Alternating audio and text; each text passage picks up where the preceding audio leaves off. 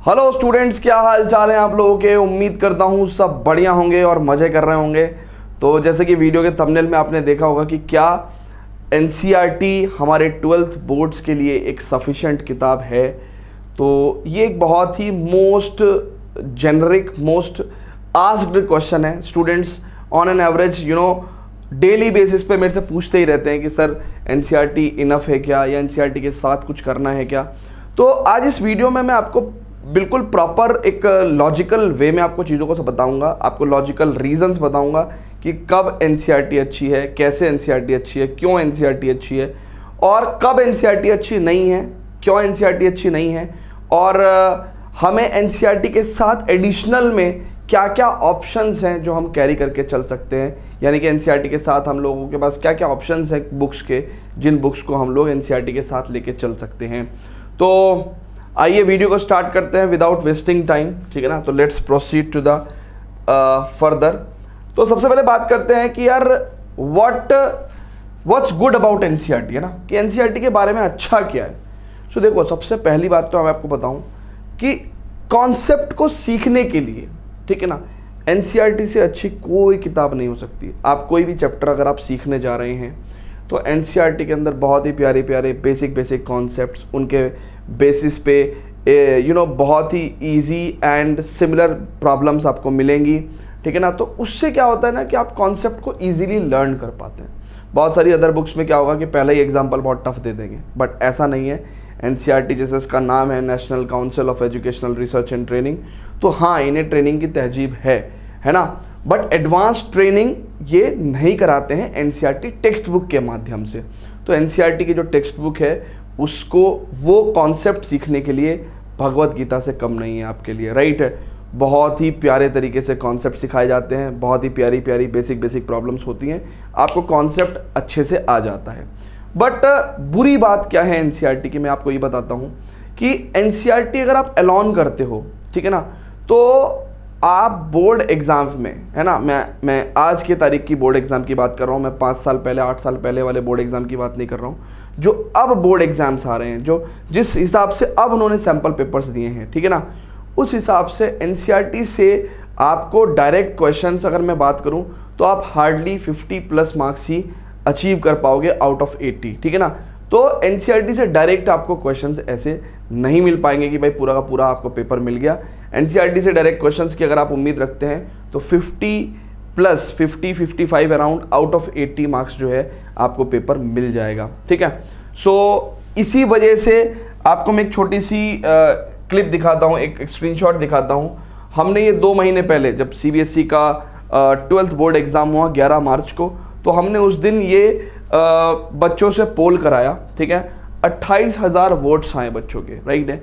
सो 28,000 votes में आप देखो कि पहली बार मैंने ऐसा देखा है कि 62% स्टूडेंट्स ने कहा है कि यार पेपर डिफ़िकल्ट था, और 24% जो है वो पेपर मॉडरेट था। 14% बच्चे ही कह रहे थे वो इजी था, यानी कि 14% बच्चे ही ऐसे थे जिनको पेपर इजी लगा, रेस्ट 85% पेपर बच्चों को पेपर बड़ा हार्ड लगा।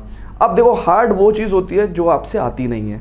अभी चलन क्या चला है, यूट्यूब पे वन शॉट से पढ़ाई करके बच्चे सोचते हैं कि बस इसी से ही बेड़ा पार हो जाएगा, बट ऐसा नहीं है, ठीक है ना। और इसी वजह से इन वन शॉट्स की बदौलत ही आप देखिए कि भारी मात्रा में पिछले 3 साल से सबसे ज़्यादा ख़राब रिजल्ट है सीबीएसई का इस साल कि 87.33% स्टूडेंट्स ही पास हो पाए हैं, राइट है। अ टोटल ऑफ 1,25,000 स्टूडेंट्स को कंपार्टमेंट आई है, ठीक है ना। तो इसलिए ये मैंने आपको 2 चीज़ें जो बताई हैं इससे आप रिलेट कर सकते हो कि यार पेपर बच्चों को मॉडरेट और डिफ़िकल्ट क्यों लगा। रीज़न ये था कि पेपर सच में डिफ़िकल्ट था, क्वेश्चन ये है, बट ऐसा नहीं है। पेपर डिफ़िकल्ट नहीं था, बच्चों ने जो बेसिक प्रॉब्लम सॉल्व करी हुई थी, बच्चों की एक्सपेक्टेशन के हिसाब से वैसा ही पेपर आना चाहिए था। इसीलिए to be on the safer side, board का पेपर कैसा भी हो, किसी भी क्वालिटी का हो, वो डिफ़िकल्ट हो, मॉडरेट हो, इजी हो, हम हमेशा अपने आप को बिल्कुल जिसे कहते हैं ऑप्टिमम लेवल, मैक्सिमम लेवल पे तैयार करना हमें चाहिए, राइट है। तो स्टूडेंट्स, एनसीईआरटी की अब कुछ बुराइयों के बारे में बात करते हैं कि एनसीईआरटी के अंदर बुरा क्या है। एक तो ये अपडेटेड किताब नहीं है, 10 साल पहले भी बच्चों ने यही पढ़ा है, 5 साल पहले भी यही पढ़ा है, ठीक है ना। इसके अंदर PYQs अपडेट नहीं होते, ठीक है ना। इसके अंदर हॉट्स प्रॉब्लम आपको नहीं मिलेंगे, है ना। एक तो PYQs अपडेट नहीं होते, अगर आप बहुत ध्यान से देखो कि इसके अंदर PYQs अपडेट नहीं होंगे। इसके अंदर केस स्टडी क्वेश्चंस अपडेट नहीं होंगे, है ना। तो केस स्टडी क्वेश्चंस नहीं, CBSE इशूड सैम्पल पेपर के क्वेश्चंस अपडेटेड नहीं है ना। तो it's not updated with the current trend of board exams, ठीक है ना। And it's a bad source for practising MCQ। अगर आप NCERT की बात करेंगे तो उसके अंदर आपको ना के बराबर ही MCQ मिलेंगे। किसी एक्सरसाइज में लास्ट में 1-2 MCQ दे रखे होते हैं, राइट है। It's a bad source for the case based questions, ठीक है ना। It's a bad source for practising HOTS questions, यानी कि जो हायर ऑर्डर थिंकिंग स्किल्स के क्वेश्चंस हैं, ऐसे क्वेश्चंस जो हैं तो उन्हीं कॉन्सेप्ट से जो NCERT में पढ़ाए गए हैं, बट उनको अगर हम ना करें तो बोर्ड एग्जाम में अगर वो डायरेक्ट आ जाएं तो हमसे नहीं होंगे। तो ऐसे कुछ डिफ़िकल्ट क्वेश्चंस जो हैं वो हमें करने होते हैं जो कि NCERT में मौजूद नहीं है। तो स्टूडेंट्स, अब मैं आपको थोड़ा रेमेडी के बारे में बताता हूँ कि इसकी रेमेडी क्या है। तो देखिए, रेमेडी की अगर मैं बात करूँ तो NCERT के साथ ना जो मैं आपको ऑप्शंस बता रहा हूँ, इन तीनों में से आप एक ऑप्शंस के साथ जा सकते हैं।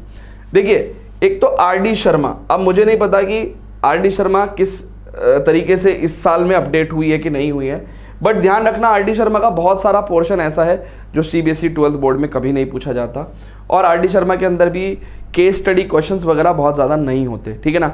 तो कुछ लोगों को लगता है कि RD शर्मा पिछले 5 साल से 10 साल से चले आ रही है तो वही बेस्ट है, बट ऐसा नहीं है। Yes, RD Sharma is a good book to learn the concepts, to apply those concepts in the HOTS questions, but क्या करंट ट्रेंड ऑफ एग्जाम के हिसाब से RD शर्मा के अंदर क्वेश्चंस हैं, that you need to check, है ना। आपको क्या क्या चेक करना है कि क्या आपके RD शर्मा में MCQ की आपकी जो डिज़ायर है वो फुलफिल हो पा रही है, क्या आपकी केस स्टडी क्वेश्चंस की डिज़ायर फुलफिल हो पा रही है। हाँ, हॉट्स तो ऑब्वियसली बहुत हैं, हॉट्स के लिए तो RD Sharma is a popular book, ठीक है ना, मस्त किताब है, ठीक है ना। बट RD शर्मा ना एक बहुत वास्ट किताब भी है, तो जो थोड़े से मैथ्स के प्रेमी हैं, जैसे NDA जिनको देना है, जो JEE एस्पिरेंट्स हैं, जो 12th बोर्ड में जिनको मैथ्स बहुत अच्छा लगता है, तो RD Sharma is all time favourite book. RS Agarwal class 12th में आके इसकी पॉपुलैरिटी घट जाती है क्योंकि क्वेश्चंस के लेवल बहुत ज़्यादा अच्छे नहीं है, बट हाँ 10th लेवल पे RS Agarwal is a very good book. अच्छा, आप इसके साथ साथ ये NCERT एग्जाम्पलर। अच्छा, अब जो लोग इतना वास्ट नहीं करना चाहते, क्योंकि RD शर्मा 2 वॉल्यूम्स में आएगी, बहुत वास्ट होगी, तो अगर आप इतना वास्ट नहीं करना चाहते हो तो आप NCERT एग्जाम्पलर से आप ट्राई कर सकते हो ना। आप NCERT एग्जाम्पलर, तो NCERT एग्जाम्पलर आपको मिल जाएगी, NCERT द्वारा पब्लिश किताब होती है, 100-150 की मिल जाएगी, ठीक है ना। इसके अलावा आप NCERT एग्जाम्पलर का PDF भी इंटरनेट से डाउनलोड कर सकते हो, बट थोड़ा आंखों को बचाने के लिए आप NCERT एग्जाम्पलर किताब खरीद लो, वो ज़्यादा बेटर है, ठीक है ना। अच्छा, एक चीज़ का ध्यान रखें, मैंने RD शर्मा ले रहे हैं आप या NCERT एग्जाम्पलर ले रहे हैं, आपको PYQ की किताब जरूर लेनी है, यानी कि chapter wise PYQs, previous year questions जो हैं वो आपको ज़रूर करने हैं, तभी आपको आइडिया लगता है कि यार मैट्रिक्स के चैप्टर में से किस तरीके के क्वेश्चंस प्रीवियस ईयर में पूछे गए हैं, है ना। देखो, किसी चीज़ को पढ़ाने का एक तरीका होता है, पूछने का एक तरीका होता है, ठीक है ना। तो क्या क्या पूछा जा सकता है वो प्रीवियस ईयर्स में पूछा जा चुका है, ठीक है ना। मतलब 99.99% वो पूछा जा चुका है, 0.01% में ही कुछ नया पूछा जाएगा। तो प्रीवियस ईयर क्वेश्चन की पेपर की किताबें ज़रूर आप जो है ज़रूर लो एक, है ना। कोई भी किताब आप ले रहे हो, RD शर्मा ले रहे हो तो साथ में PYQ की किताब जरूर लेना है।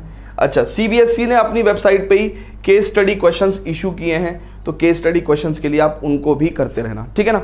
तो काफ़ी केस स्टडी क्वेश्चंस आते हैं, है ना, आपने देखा ही होगा सैम्पल पेपर में, ठीक है ना। ऐसे अगर आप NCERT एग्जाम्पलर कर रहे हैं तो साथ में PYQ की किताब जरूर खरीदना, क्योंकि ऑब्वियसली NCERT एग्जाम्पलर के अंदर भी PYQs नहीं होते हैं, ठीक है। इसके अलावा आप CBSE की वेबसाइट पे केस स्टडी क्वेश्चंस आपको मिल जाएंगे। इसके अलावा एक बहुत अच्छी किताब और भी है, ओसवाल गुरुकुल की, ठीक है ना। और मेरे पास तो लास्ट ईयर का इसका एक क्वेश्चन बैंक था, ठीक है ना, तो मैंने ऐसे ही चलते फिरते खरीद लिया था।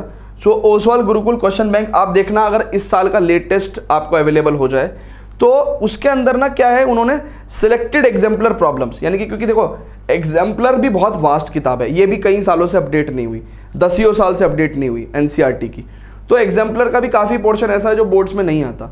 तो बोर्ड्स में जो आएगा, है ना, NCERT एग्जाम्पलर से, तो वो सिलेक्टेड प्रॉब्लम्स आपको मिलेंगी, प्लस काम के सारे PYQs मिल जाएंगे। देखो, इसके अंदर रिपीटेड PYQs नहीं मिलेंगे, क्योंकि PYQs में भी तो ऐसा है ना कि 10 साल में 5 साल में सेम ही क्वेश्चन आ रहे हैं, तो रिपीटेड PYQs भी नहीं होते। तो selected PYQs, selected exemplar questions and selected case study questions. तो एक किताब में आपका सारा का सारा ही पर्पस फुलफिल हो जाता है। तो आप कुछ भी खरीदने से पहले किताब को पहले देख लें, ट्राई कर लें, आपका पर्पस कौन सी किताब से फुलफिल होगा उस हिसाब से ही किताब लें। आप मैथ प्रेमी हो तो आपको मैंने बताई है, ठीक है, वैसे ले सकते हो। RD Sharma plus PYQ plus case study question तो आपको फ्री में मिल ही जाएंगे। ये तो आपको CBSE की वेबसाइट से मिल जाएंगे, ये तो फ्री है, ठीक है ना। और इसके अलावा आप exemplar plus PYQ plus case study questions करके चल रहे हो, या फिर आप NCERT के साथ साथ एक सिंगल किताब लेके चल रहे हो, यानी कि ओसवाल गुरुकुल का क्वेश्चन बैंक, जिसके अंदर आपका NCERT एग्जाम्पलर के क्वेश्चंस भी होते हैं, PYQs भी और केस स्टडी क्वेश्चंस भी, ठीक है स्टूडेंट्स। तो इस तरीके से आपको बुक का सिलेक्शन लेना है, बट ध्यान रहे बुक खरीदने से पहले भी आप अपने फ्रेंड की बोरो करके भी देख लो और थोड़ा देख लो कि क्या आप कर पा रहे हो, अच्छे से कर पा रहे हो, ग्रो कर पा रहे हो, और वैसे किताब लो, ठीक है। इसके अलावा स्टूडेंट्स जिन लोगों को नहीं पता है या शायद पता भी है, तो उनको मैं एक बार और बता दूं कि हमारा बहुत ही प्यारा सा एक मैथ्स स्पेशल बैच हम लोग चलाते हैं, ईयर लॉन्ग बैच, और जिसकी फ़ीस बहुत ही अफोर्डेबल रखते हैं हम लोग, ठीक है ना। हमारी साल भर की फ़ीस जस्ट 1999 रुपीज़ होती है, ठीक है ना। And it's a maths special batch for 12th boards and CUET, ठीक है ना। और ये हमारी एक वन टाइम एनुअल फीस है बच्चों, है ना। इतनी फीस मेरे ख्याल से आपकी शहर में मैथमेटिक्स की 1 या 2 महीने की फ़ीस होगी ट्यूशन्स की। और इसके अंदर बच्चों हम लोग हम लोग कोई किताब खरीदने को नहीं कहते बच्चों को, ठीक है। हम सिर्फ NCERT के अलावा अपनी DPPs कराते हैं, और उन DPPs से ही आपकी सारी बुक्स कवर हो जाती हैं, उनसे सारे PYQs व्हाटएवर जो भी हो सकता है। NCERT कहते हैं हम बच्चों को, सिर्फ NCERT खरीदो और इसके अलावा हमारी DPPs करो और कुछ मत करो, ठीक है।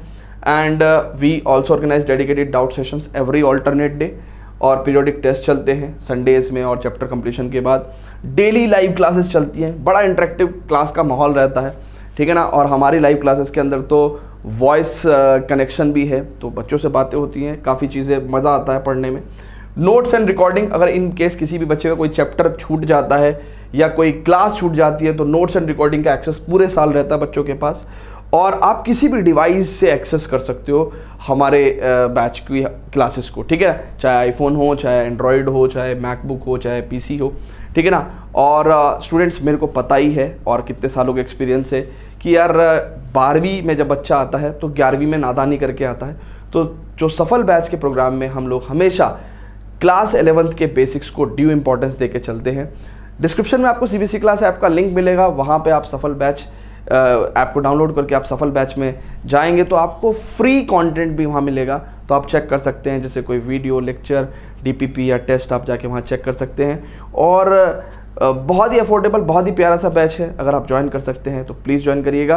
और अपने पेरेंट्स से या आपकी जो गार्जियन हैं या आपके सीनियर्स हैं, किसी की भी कोई भी क्वेरी हो तो आप या आपके कंसर्न जो लोग हैं वो हमसे बात भी कर सकते हैं हमारे एकेडमिक काउंसलर से इस नंबर पे। थैंक यू वेरी मच, और इसी तरीके से आपके लिए बहुत ही प्यारी प्यारी वीडियोस आपको सर्व करता रहूँगा। Thank you very much, love you all, bye bye.